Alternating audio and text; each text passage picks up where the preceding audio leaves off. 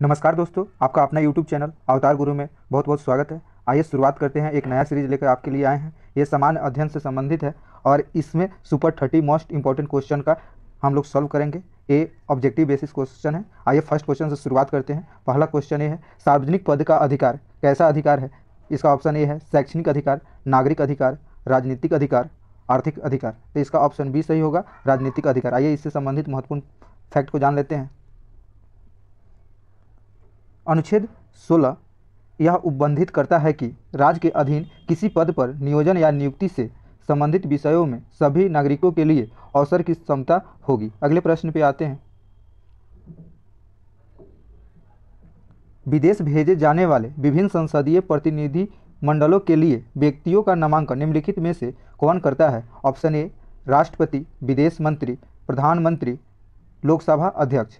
इसका आंसर हो जाएगा लोकसभा अध्यक्ष। आइए इससे संबंधित महत्वपूर्ण फैक्ट जानते हैं।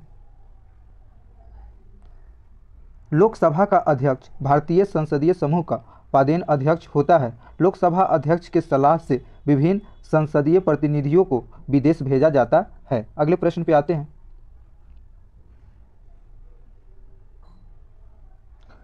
निम्न में से किसे संसद सदस्य न होते हुए भी संसद को संबोधित करने का अधिकार प्राप्त है? ऑप्शन ए भारत का solicitor general, option B Bharat का attorney general, option C Bharat के मुख्य न्यायाधीश, ऑप्शन डी ए तथा बी दोनों।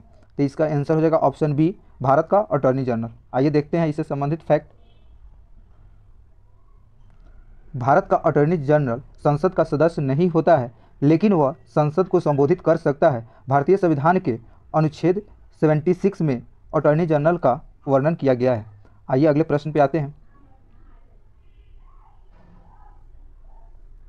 संविधान सभा के प्रारूप समिति के अध्यक्ष कौन थे? Option A C Rajagopalachari, option B doctor Rajendra Prasad, option C doctor Ambedkar, option D Jawaharlal Nehru. तो इसका आंसर हो जाएगा ऑप्शन सी डॉक्टर अंबेडकर। आइए देखते हैं। 29 अगस्त 1947 ईस्वी को संविधान सभा ने नवीन संविधान का प्रारूप तैयार करने के लिए एक प्रारूप समिति का गठन किया, जिसके अध्यक्ष भीमराव अंबेडकर थे। इस समिति में कुल 7 सदस्य थे। अगले प्रश्न पे आते हैं। हमारे राष्ट्रीय ध्वज के मध्य में स्थित धर्म चक्र का रंग कैसा है? ऑप्शन ए गहरा नीला, ऑप्शन बी सागरीय नीला, ऑप्शन सी काला, ऑप्शन डी उजला। इसका आंसर हो जाएगा ऑप्शन ए गहरा नीला। आइए देखते हैं। हमारे राष्ट्रीय ध्वज के मध्य में गहरे नीले रंग का धर्म चक्र है। इसका प्रारूप सारनाथ में स्थित अशोक के सिंह स्तंभ पर बने चक्र से लिया गया है। इसमें 24 तिलियां हैं। अगले प्रश्न पे आते हैं। भारत में कुल कितने क्षेत्रीय परिषद हैं? Option A 3, option B 4, option C 5, option D 6। इसका आंसर हो जाएगा ऑप्शन सी 5। आइए देखते हैं।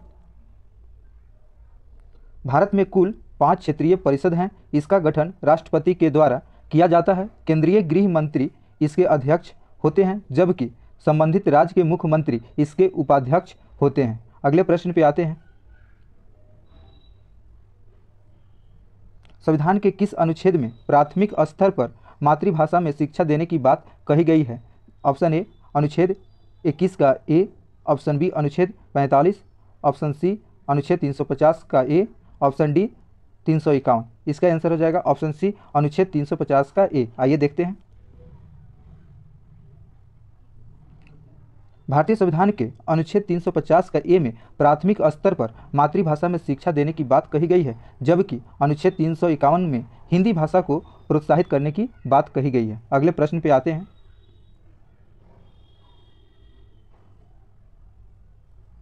किस राष्ट्रपति के निर्वाचन के समय दूसरे चक्र की मतगणना करनी पड़ी थी? Option A Giani Zail Singh, option B VV Giri, option C Neelam Sanjiva Reddy, option D KR Narayan. इसका आंसर हो जाएगा ऑप्शन बी बीबी गिरी। आइए देखते हैं। बीबी गिरी भारत के चौथे राष्ट्रपति थे। उनका कार्यकाल 1969 से 1974 तक था। ये एकमात्र ऐसे राष्ट्रपति थे जिनके निर्वाचन के समय दूसरे चक्र की मतगणना करनी पड़ी थी। अगले प्रश्न पे आते हैं। किसी राज्य विधान परिषद में सदस्यों की न्यूनतम संख्या कितनी हो सकती है? Option A 60, option B 55, option C 40, option D 36। इसका आंसर हो जाएगा ऑप्शन सी 40। आइए देखते हैं। किसी राज्य विधान परिषद में सदस्यों की न्यूनतम संख्या 40 से कम नहीं हो सकता। वर्तमान में भारत के कुल 6 राज्यों में विधान परिषद है। अगले प्रश्न पे आते हैं। निम्न में से कौन संघ सूची के अंतर्गत नहीं आता है? Option A telephone, option B डाक, ऑप्शन सी रक्षा, ऑप्शन डी लोक स्वास्थ्य। इसका आंसर हो जाएगा ऑप्शन डी लोक स्वास्थ्य। आइए देखते हैं। वर्तमान में संघ सूची के अंतर्गत 100 विषय शामिल किए गए हैं। टेलीफोन, डाक तथा रक्षा संघ सूची के अंतर्गत आते हैं, जबकि लोक स्वास्थ्य राज्य सूची के अंतर्गत आते हैं। अगले प्रश्न पे आते हैं। राष्ट्रीय विकास परिषद का गठन कब किया गया था? Option A 1948, option B 1950, option C 1951, option D 1952। इसका आंसर हो जाएगा ऑप्शन डी 1952। आइए देखते हैं। राष्ट्रीय विकास परिषद का गठन 6 अगस्त 1952 को किया गया था। इस परिषद के अध्यक्ष प्रधानमंत्री होते हैं। के संथानम ने राष्ट्रीय विकास परिषद को सुपर कैबिनेट की संज्ञा दी थी।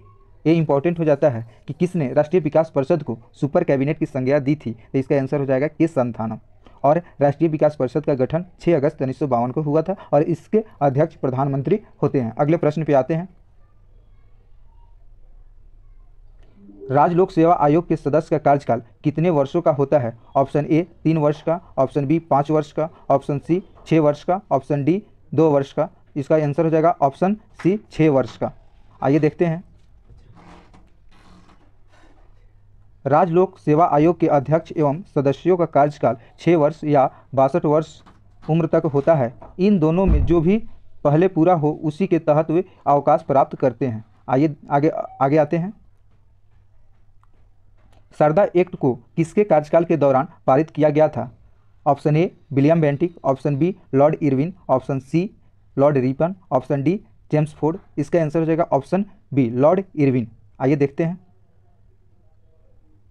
सरदा एक्ट 1930 में हरबिलास सरदा के प्रयासों से बाल विवाह निषेध कानून बना।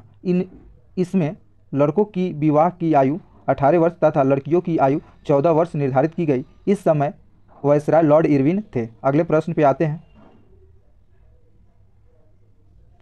पील कमीशन की सिफारिशों के बाद भारतीय सैनिकों तथा यूरोपीय सैनिकों की संख्या का अनुपात कितना था? तो इसका option A 5:1, option B 4:1, option C 3:1, option D 2:1। इसका आंसर हो जाएगा ऑप्शन डी 2:1। आइए देखते हैं।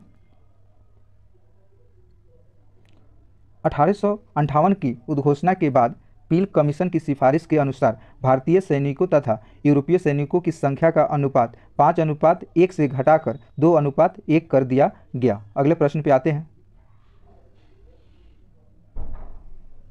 किसने कहा था कांग्रेस याचना करने वाली संस्था है? ऑप्शन ए बाल Gangadhar Tilak, option B Lala Lajpat Rai, option C Bipin Chandra Pal, option D Lord Curzon. इसका आंसर हो जाएगा ऑप्शन सी बिपिन चंद्र पाल। आइए देखते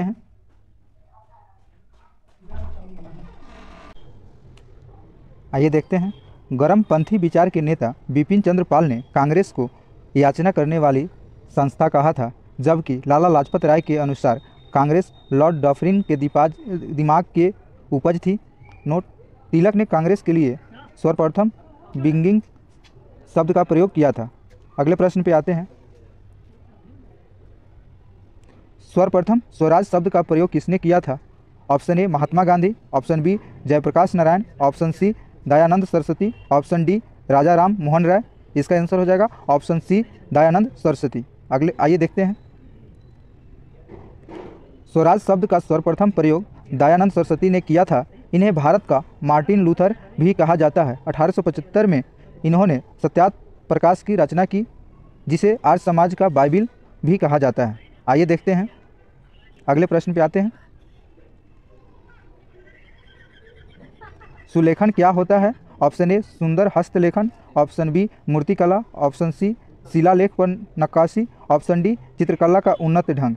इसका आंसर हो जाएगा ऑप्शन ए सुंदर हस्तलेखन। आइए देखते हैं। सुंदर हस्तलेखन को सुलेखन कहा जाता है। इस्लामिक दृष्टिकोण में सुलेखन की कला को एक पवित्र कला माना जाता है जिसका प्रयोग कागजों तथा पत्थरों पर सजावट के लिए किया जाता है। अगले प्रश्न पे आते हैं। सिंधु घाटी सभ्यता के दौरान अग्निकुंड का साक्ष्य किस स्थान से प्राप्त हुआ है? Option A Mohenjodaro, option B Kalibangan, option C Lothal, option D Banawali. इसका आंसर हो जाएगा ऑप्शन बी कालीबंगा। आइए देखते हैं। कालीबंगा की खोज 1953 ईस्वी में की गई थी। यह घग्गर नदी के किनारे स्थित है। कालीबंगा से ही अलंकृत ईंटों तथा अग्निकुंड का साक्ष्य प्राप्त हुआ है। अगले प्रश्न पे आते हैं।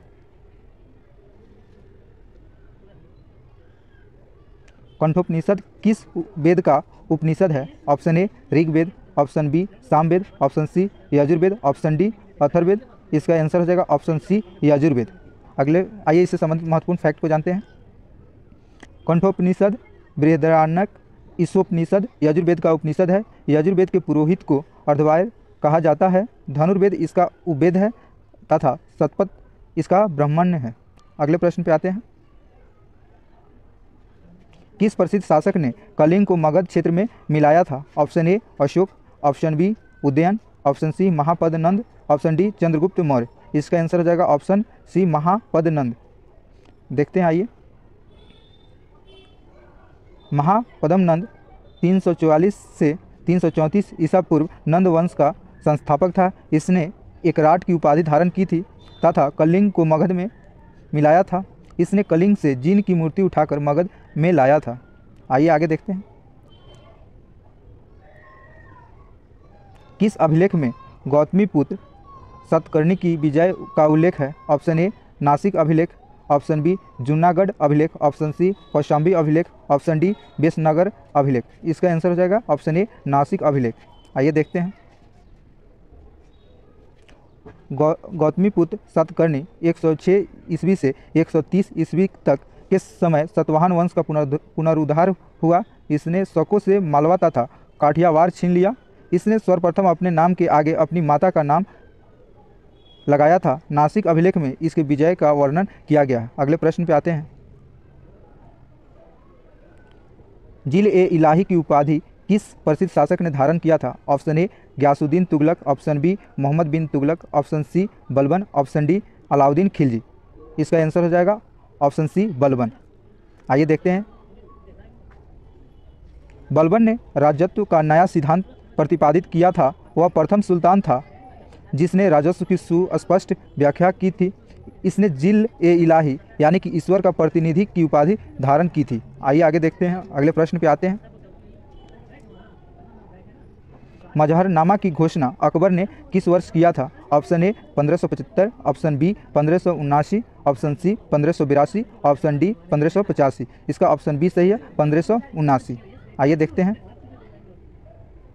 अकबर ने मजहरनामा की घोषणा 1579 ईस्वी में की थी। मजहरनामा के द्वारा अकबर ने स्वयं को धर्म के मामले में सर्वोच्च बना लिया। 1575 ईस्वी में इसने इबादत खाना की स्थापना की थी। अगले प्रश्न पे आते हैं।